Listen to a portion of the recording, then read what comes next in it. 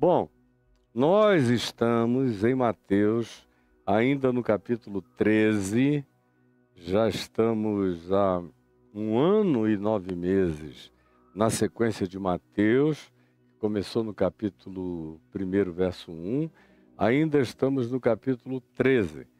E só refrescando a memória, a gente entrou naquele ambiente das parábolas de Jesus, tão lindas e tão maravilhosas, todas elas, começando pela parábola do semeador, que é uma ação do grande semeador, Jesus, é o grande semeador. Todos nós que semeamos a verdadeira semente, o genuíno sêmen divino, como diz Pedro na primeira epístola, a semente divina, o sêmen divino, no coração, ou tentamos alcançar o coração das pessoas, somos apenas imitadores. E temos que ser imitadores do mesmo nível de Jesus, aprendendo com ele também a semear. E aprendendo com ele também que não existe nenhuma mecânica, não existe nenhuma concentração quântica para obrigar as mentes a se abrirem, nos atenderem, como hoje em dia vocês são ensinados pelos charlatães que já utilizaram todos os elementos dos fetichismos e dos enganos e das magias e agora resolveram usar a linguagem quântica para fazer uma nova magia, um novo fetichismo com você. Então, é concentração vibracional para abrir o coração do outro. Aí eu faço isso e reúno, chamo todo mundo com a minha mente. Eu creio em telepatia, creio num monte de coisas. Mas isso aí que estão ensinando a vocês na internet é mais uma fajutice. É mais uma magia que você, que resolveu não saber nada de coisa nenhuma e entregar a sua mente para ser guiada por pessoas, na maioria das vezes, completamente mal intencionadas e, como disse Jesus, cegos, guiando outros cegos, caindo todos eles no abismo, é o que muitos de vocês, ou a maioria, infelizmente, tem feito. Eu sinto muito. Mas aqui o grande semeador é Jesus. Eu só tento andar nas mesmas pegadas dele e semeio a mesma semente. Eu não tenho direito de alterar a natureza da semente, fazer engenharia genética para dizer, não, agora tem uma semente adaptada para esse tempo, para esta hora, que é o que está todo mundo fazendo, corrompendo essencialmente o Evangelho de Jesus. Aprenda com ele e aprenda comigo, que estou falando em nome dele, vivendo há mais de meio século, buscando coerência e raiz na palavra, na consciência e na prática do que ele ensinou. Aí, depois da parábola do semeador, ele a explica para os seus discípulos. Por que que a semente é boa, é a mesma, o semeador é lindo, é maravilhoso, mas o coração humano é sempre surpreendente, é capaz de se fechar. Quem me acompanha, está tudo gravado aí na plataforma do YouTube, à sua disposição para você não perder nada, aprender tudo. Vai fazer uma diferença brutal no seu entendimento, na sua compreensão e mais, sobretudo, na sua maneira de viver, no seu modo de vida. Aí, na sequência, ele fala da parábola do joio, que é uma outra ação divina. É o Senhor quem semeia o joio. E semeia onde? Jesus disse que é de uma extensão terráquea, planetária, civilizatória. Ele semeia essa semente no mundo. Não é entre judeus, nem semitas israelenses, nem entre cristãos protestantes ou católicos. Não, é no mundo. Aonde quer que haja gente. O Espírito dele, ele próprio, Jesus mesmo, semeia a palavra dele na terra toda. Quer você tenha a boa vontade de levar, quer você tenha a honestidade de ensiná-la como ela é ou não, Deus não depende de você. Graças a Deus, não depende de mim. Enquanto eu estou aqui tentando ensinar as pessoas mais difíceis de aprender, que são essas que carregam a presunção de saber alguma coisa, são as mais endurecidas, as mais empedernidas, as mais horrorosas. Como foram nos dias dos profetas de Israel, não houve povo mais difícil, e nem há até hoje, de crer na palavra de Deus do que os judeus, do que os israelitas. Em segundo lugar, não há povo mais empedernido, de coração mais empedrado para crer na palavra de Deus do que os cristãos. Tem essa presunção da salvação que se torna uma coisa maligna. Aí eles acham que já sabem tudo, fecham o coração para todas as coisas e andam correndo atrás de doutrinas, moveres, invenções, profecias, adivinhações, promessas, domínio, poder. Vão barganhando com o diabo sem nem saber, transformando pedra em pães, pulando do pináculo do templo para fazerem shows em nome de Deus, buscando socorro de anjos, se curvando diante de principados e potestades, querendo poder político, econômico, financeiro e tudo mais que está diante de nós. O diabo gargalha, dizendo: os séculos são meus, como ele disse a Jesus, tudo isso me foi dado e eu dou a quem eu quiser. E hoje em dia ele dá abundantemente aos crentes, aos pastores, aos sacerdotes. Tem dado há muitos séculos e cada vez piora mais. É nojenta essa situação. Pois bem, na parábola do joio a gente aprende que é o próprio Deus quem semeia essa palavra, é o próprio Cristo eterno, que a está semeando agora mesmo no mundo. E também aprende que, concomitantemente com essa semeadura de vida, de bem e de graça, tem o inimigo dele, a quem ele chama de diabolos, que é esse divisor, que é esse enganador, que é esse que faz memes do Evangelho, que é esse que cria mimetismos. Memes vem de mimético, que vem de mimetismo, que vem de imitação, que cria fake news do Evangelho, que cria dissimulação. Tudo isso tem a mesma raiz. E ele bota o joio. O joio é um meme do Evangelho. É uma fake news do Evangelho na Terra. É um corruptor. Tem aparência, mas não é. E vai ganhando maiorias entre nós. E nós vimos abundantemente, eu fiquei quase uma semana só falando nessa parábola. Aí depois nós chegamos na parábola da mostarda, que fala sobre como o reino dos céus é discreto.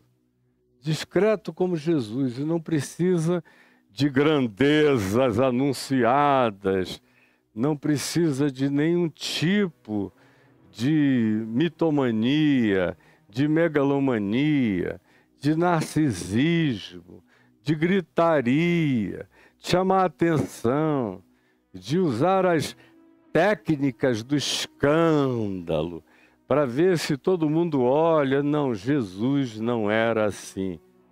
E o reino dos céus, também chamado de reino de Deus, é exatamente igual ao caráter de Deus em Cristo Jesus. O caráter de Cristo Jesus manifesta qual seja o caráter do reino dos céus, do reino de Deus, e qual deva ser o caráter de todos aqueles que são manifestação frutuosa de Cristo no mundo. Portanto, a parábola da mostarda fala de como isso começa como uma semente pequena, uma hortaliça que vai crescer, a hortaliça, a mostarda negra, lá do Oriente Médio, que vai crescer apenas 1 metro, 1,5 metros, ou 2, mas que tem ramagens suficientemente fortes para abrigar muitos pássaros pequenos que escolhem fazer nela o seu ninho por causa da sua sombra. Num ambiente desértico, encontram nela o seu refúgio. Jesus está dizendo: o reino dos céus não é marcado por grandezas, mas por crescimentos gradativos, suaves, constantes, paulatinos e pelo resultado acolhedor, pela sombra que oferece, pelo aninhamento que traz e que carrega. Aí a gente chega à parábola do fermento, onde ele fala da pervasividade do reino de Deus, do reino dos céus, da palavra do evangelho, da manifestação dele, que é semelhante a uma mulher fazedora de bolos, que coloca um pouco de fermento, porque ela sabe que não precisa exagerar, senão não se vai comer um bolo bom, se vai comer apenas fermento, e ao invés de crescer na medida certa, vai solar. Então, ela coloca só a medida apropriada. No reino dos céus não há exagero de nada. Tudo tem que ser feito com propriedade, tem que ser feito com equivalência, tem que ser feito com sabedoria, tem que ser feito com aquela peculiaridade do bom senso, tem que ser feito conforme a receita de Cristo Jesus e do reino de Deus. Aí cresce, e aí pervade, penetra, porque semelhantemente a isso é a analogia que Jesus fez do discípulo quando disse: vós sois o sal da terra. E como eu fiquei aqui uma semana falando do sal da terra, explicando que o sal perde o significado a menos que ele desapareça, ele tem que se dissolver, ele tem que desaparecer. Porque se ele continuar sal dentro do saleiro, ele empedra. Ou se ele ficar sal no monturo de sal, ele vira uma montanha praticamente empedernida, impenetrável, e perde totalmente o sabor. O significado também da vida com Deus, com Jesus, é essa, de nos tornarmos seres dissolvidos no todo da sociedade, dissolvidos no todo civilizatório, dissolvidos no elemento e no ambiente cultural, dissolvido na relação social. Não é para construir torres de 1 quilômetro e botar o nome de Jesus de cima a baixo, essa síndrome de Dubai, de grandeza, de Babel, de zigurates. Isso é para quem precisa de mortalização. Eu, por exemplo, não quero nada com a imortalidade. Eu sou filho da vida eterna. A imortalidade é coisa para quem quer existir como um zumbi contínuo, atravessando os séculos. É vocação para vampiros, é a imortalidade. A minha é para a vida eterna. Ainda que morra, viverá. Então, no Evangelho, não há esse compromisso com as imortalidades, nem com as grandezas, nem com os zigurates, nem com as babés, nem com os prédios de 500 metros, nem de 1 quilômetro. Tudo isso é doideira, loucura dos filhos de Nimrod, dos filhos dos Benai Elohim, dos Nefilins, dos que estão tomados pelo espírito das civilizações pré-diluvianas, que estão glorificando as grandezas dos seus próprios nomes, como Jesus disse que seria nos últimos dias, e a gente vê na nossa cara a repetição. Mas o reino dos céus não é assim. Ele é pequeno como uma semente de mostarda que vai crescer e vai criar o acolhimento necessário. E ele também tem a medida certa da receita do fermento, da mulher sensata, que é para não estragar o que você está fazendo. Do contrário, esse bolo não vai ficar gostoso, não vai crescer saboroso. Ele só vai inchar de maneira totalmente dessaborosa, sem nenhum tipo de prazer, como ontem aqui num podcast do Correio Brasiliense e outros jornais, onde eu fui inaugurar o podcast que eles estão fazendo, Me perguntaram sobre o crescimento dos evangélicos. Falei, você está falando do inchaço? Porque o inchaço vem acontecendo. Já houve uma época em que houve um crescimento. Mas dos anos 90 para cá, o crescimento acabou e só há inchaço. Trágica e paradoxalmente a gente vê o maior crescimento acontecendo naqueles que não aguentam ficar dentro dessa boleira que é só fermento e inchaço e saem pela porta dos fundos, aí começam a se congregar no espírito do reino dos céus, em casa, com mulher, filhos, pai, mãe, amigos, 2 ou 3 em seu nome, pessoas chegando num espírito de união e de bondade, onde ninguém é dono de ninguém, ninguém manda em ninguém, ninguém é papa de ninguém, ninguém é cardeal de ninguém, ninguém é apóstolo, autoritário de ninguém, ninguém é nada. Todo mundo aprende uns com os outros e todos se voltam para Jesus, o único Senhor, o único pastor, o único mestre, o único guru das nossas vidas e das nossas almas. Foi o que eu disse ontem lá e repito aqui para você. Inchaço não tem nada a ver com crescimento no reino dos céus. Aí Jesus vem e explica a parábola do joio para aqueles discípulos que particularmente perguntaram e disseram, escuta, a gente não entendeu nada. Como é que é esse negócio? Ele explicou, está tudo gravado para quem quiser saber. Aí a gente chegou aqui no capítulo 13, verso 44, quando eu falei do tesouro escondido, que é aquele tesouro no qual o indivíduo tropeça nele, ele acha inconscientemente. Ele vem andando, o tesouro está oculto. E ele também não é um buscador de tesouros. Ele não está atrás, ele não é um bandeirante de tesouros, não. Ele simplesmente tropeça. Ele acha sem procurar. Como eu encontro milhões de pessoas que me dizem, eu ia passando e te encontrei. Quando eu te encontrei, você me apresentou a Jesus e agora eu fiquei assim. Como eu ouvi agora nos últimos 21 dias, em todos os lugares aonde eu fui, para todo lado, nos ambientes menos religiosos desse mundo, aonde o grupo de pessoas vem todas irreligiosas, me amando, dizendo obrigado. A gente não quer nada com religião, mas a gente quer tudo com essa mensagem. Eu te ouço todo dia. Não saio de casa sem te ouvir, eu não durmo sem te ouvir. E a palavra entra em mim, está mudando a minha vida. Eu fui salvo de depressão, de síndrome do pânico, de vontades e de práticas suicidas, de vícios horrorosos, de ódios, de amarguras, de sentimentos mais tenebrosos. Para todo lado, eu dou glória a Deus por esses muitos que tropeçaram no tesouro inconscientemente. Não estavam procurando, como muitos disseram. Eu entrei no YouTube, estava vendo, quando de repente aparece a tua cara. Aí eu olhei, fiquei olhando, falei, esse cara tem um ar diferente.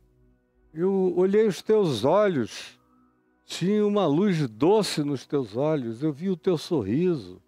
Aí quando eu ouvi a tua voz, eu senti candura.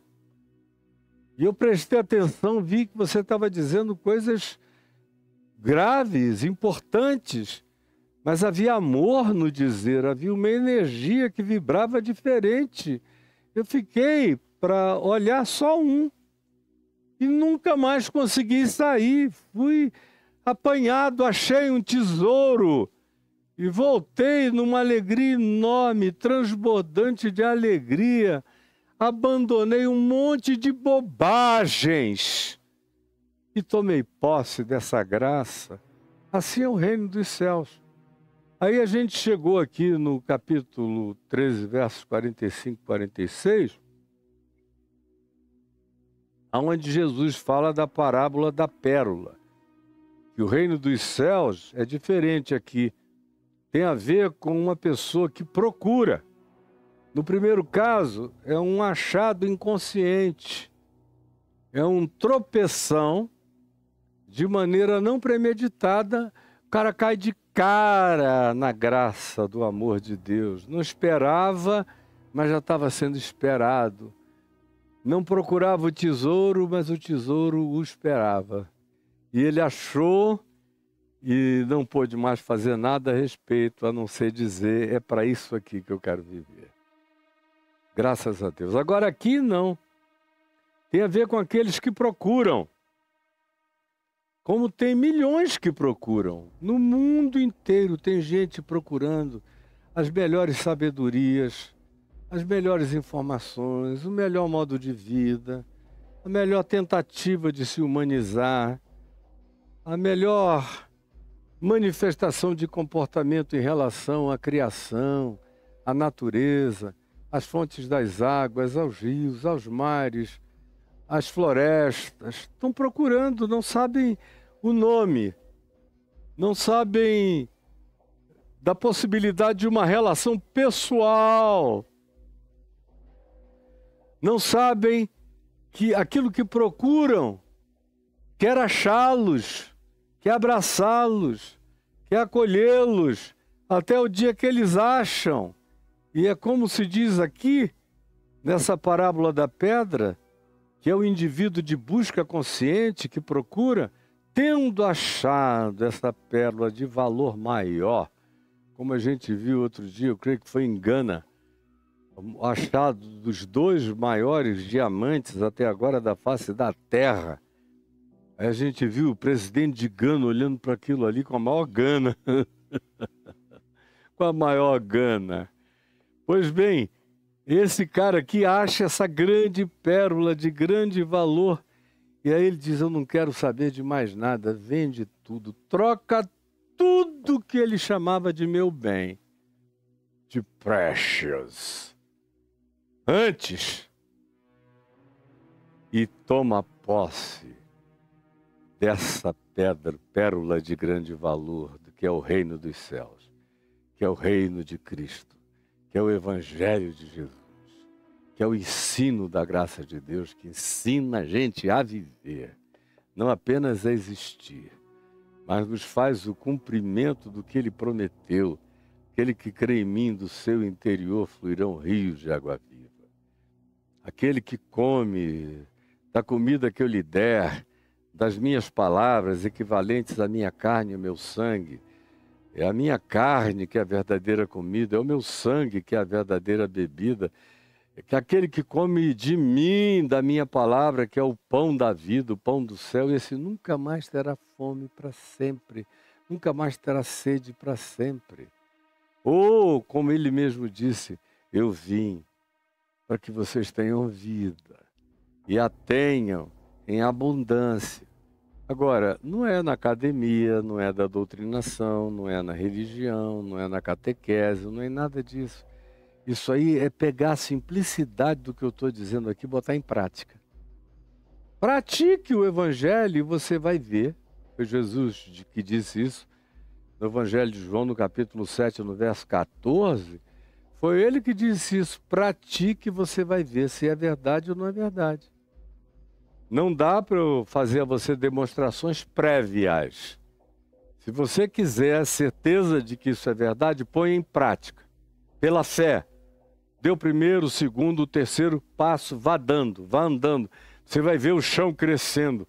Você vai ver a força dessa manifestação se tornando concreção existencial, emocional, afetiva e de caráter e comportamental. Você vai ver a metamorfose desabrochando dentro de você, não antes.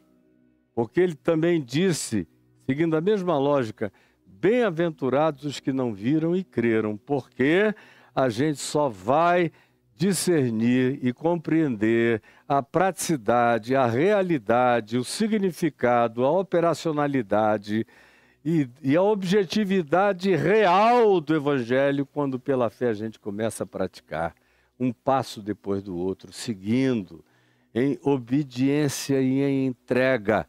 Aí o chão se torna eterno diante dos nossos pés. Nunca antes, mas sempre acontecerá quando a gente dá os passos da fé, onde a gente encontra a certeza das coisas que se esperam e a firme convicção de fatos que se não veem.